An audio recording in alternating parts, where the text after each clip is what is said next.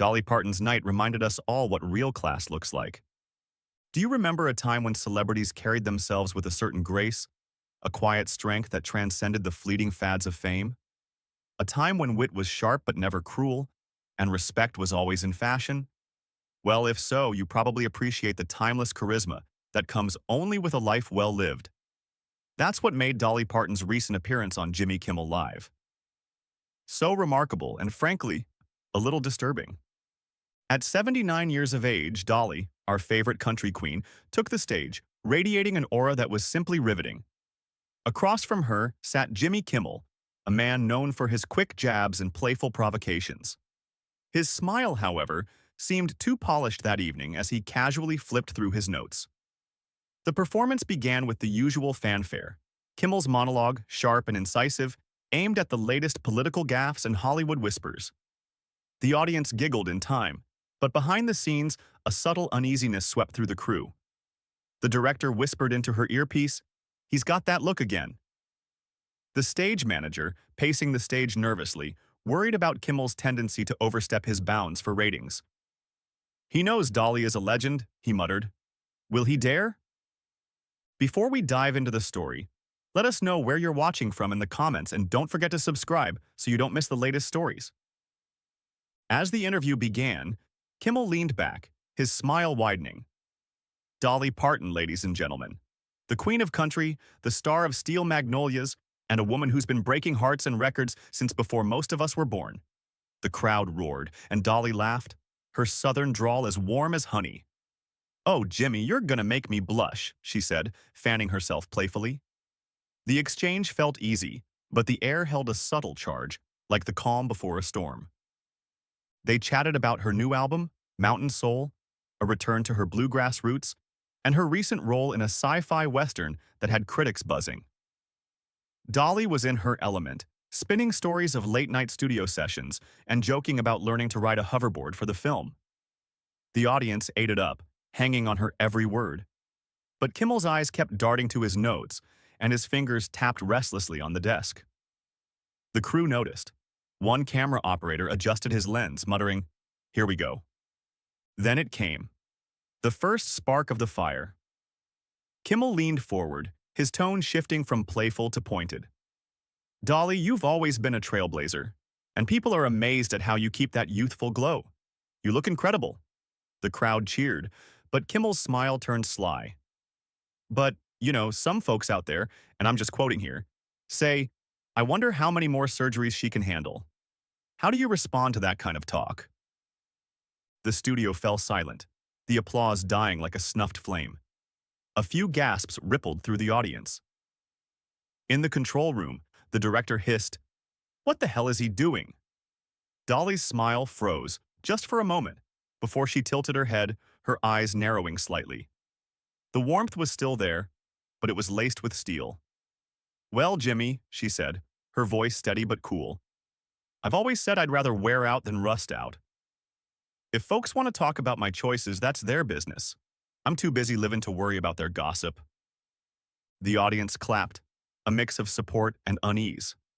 Dolly's response was gracious, but the sting of Kimmel's question lingered. He chuckled, undeterred, and pressed on. "Fair enough, fair enough. You've always owned your choices, and that's why people love you." But his tone didn't match his words. It was too smooth, too calculated. The crew exchanged glances. The stage manager whispered, "He's not done." "I can feel it." The interview continued, but the dynamic had shifted. Dolly's answers were still charming, but her posture was stiffer, her laughter less free. Kimmel, sensing the shift, doubled down. He pivoted to her advocacy work, his voice taking on a faux curious lilt. "Dolly, you're a big advocate for women's rights, always talking about empowerment and feminism. But some critics, and I'm just playing devil's advocate here, say Dolly built her career on sexualizing herself. Is that a fair critique, or just jealousy talking?" The question landed like a grenade. The audience sucked in a collective breath, and a few boos broke the silence. In the control room, the producer slammed his fist on the console. "He's crossed the line." Dolly's smile vanished entirely, replaced by a look of quiet fury. Her fingers tightened around the armrest, her knuckles whitening. For a moment, she said nothing, letting the weight of Kimmel's words hang in the air. The cameras zoomed in, catching the fire in her eyes, the set of her jaw. The studio was a powder keg, and Dolly was the spark. "Jimmy," she began, her voice low but resonant, cutting through the tension like a blade. "I've spent my life building something real. Music, stories, a legacy that lifts people up. I've never sold myself short, and I've never let anyone else define me. You want to talk about my career? Let's talk about the women I've inspired, the songs I've written, the barriers I've broken. But if you want to drag me through the mud for how I look or what I wear, you're not talking about me. You're talking about your own biases." The audience erupted in applause, some standing, their cheers drowning out Kimmel's nervous laugh. He tried to interject, "I didn't mean it like that, Dolly. Come on." But she held up a hand, silencing him. The cameras swiveled, capturing every angle of the standoff. In the control room, the director was barking orders. "Stay on her! Stay on her!" The stage lights seemed to burn hotter, the air thick with anticipation. Dolly leaned forward, her gaze locked on Kimmel, who squirmed under its weight. The tension was unbearable, a taut wire ready to snap. And then, as the applause began to fade, Kimmel opened his mouth, his expression hardening. The next question was coming, and everyone in the room knew it would be the match that lit the fuse. Kimmel leaned back, his smile sharper, almost mocking. He flipped through his notes for effect, glancing at the audience for their reaction. "Dolly, your image, the blonde bombshell with the curves, it's iconic, no question," he began, his voice dripping with faux innocence. "But don't you think in 2025, it's seen more as a parody than a style?" A dead silence fell. The audience gasped, a few shouting, "Whoa!" in outrage.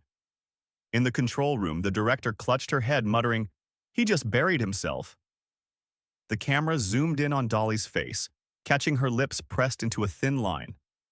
Her ring-adorned fingers gripped the armrest tighter. For a moment, it seemed she might not respond, that she might simply stand and leave. But then she leaned forward slowly, her gaze piercing Kimmel like a spear. You could hear a pin drop in the studio. "Jimmy," she said, her voice quiet but heavy as a hammer, "you just called my style a parody. My style, that I've crafted for decades, that's inspired women to be themselves, to be bold, to be loud. You stand here on this stage and laugh at what I've built because it's easy for you to hide behind your microphone and throw cheap shots." Her voice rose, each syllable laced with righteous anger. "You think you can reduce my career to a few stereotypes? You think you can talk about my looks, my age, or my surgeries and diminish my legacy to a caricature? Let me show you what a legacy is." The audience exploded in applause, louder and more passionate than before. People stood, shouting her name. Dolly rose slowly from her chair, her figure radiating dignity. She looked at Kimmel, who seemed stunned, his smile gone. "I'm done answering your insults, Jimmy," she said softly, but her words cut like a knife. "I came here to talk about my music, my movies, my work, but you made it personal. Well, let me make one thing clear for everyone." She turned to the audience, her voice growing stronger, addressing everyone in the studio and beyond. "My look, my songs, my career, they're my choices. I've never let the world dictate who I am, and I won't let anyone, not critics, not haters, and certainly not you." She dropped the microphone on Kimmel's desk, the thud echoing in the silence. Then, with her head held high, she walked off the stage, her heels clicking like a drumbeat. The audience erupted in a standing ovation, some in tears chanting, "Dolly! Dolly!" The cameras scrambled to follow her, capturing every step until she disappeared backstage. In the control room, chaos gave way to stunned silence, the producer whispering, "That's the end of Kimmel." Kimmel sat frozen at his desk, his face pale. He tried to joke to diffuse the tension. "Well, that was unexpected," he said, laughing nervously, but his words drowned in the audience's angry murmurs. Some even booed. He attempted to move to the next segment, but it was clear he'd lost the room. On social media, a storm was already brewing. Hashtags #Team Dolly and #Kimmel Exposed trended instantly. X users shared clips of the interview, praising Dolly's dignity and condemning Kimmel's ageism and sexism. Dolly Parton just obliterated Kimmel on his own show, one user wrote. She's an icon, and he's a clown, another added. The following week, The Tonight Show's ratings plummeted. Headlines screamed, Dolly Parton leaves Kimmel in the dust after sexist remarks, and why Jimmy Kimmel went too far. Viewers called for a boycott, and several sponsors hinted at reviewing their contracts. Kimmel issued an apology on X, calling his comments a misjudged joke, but the damage was done. His reputation was in tatters, and even his loyal fans admitted he'd crossed a line. Meanwhile, Dolly Parton became an even greater icon. Her walkout was broadcast worldwide, hailed as a moment of triumph. Her album Mountain Soul soared to the top of the charts, and tickets to her charity concert sold out in minutes. In an X post, Dolly wrote, I've always stood for love, respect, and dignity. Thank you to everyone who stands for those values with me. Anjao, Mountain Soul. Her post garnered millions of likes, with fans flooding the comments with support. That night on The Tonight Show, Dolly Parton didn't just defend herself. She reminded the world why she's a legend. Her words about dignity and fighting bias resonated far beyond the studio, inspiring women and anyone who's ever felt underestimated. And Jimmy Kimmel? He was left alone, overshadowed by the weight of his own words, while Dolly's star shone brighter than ever.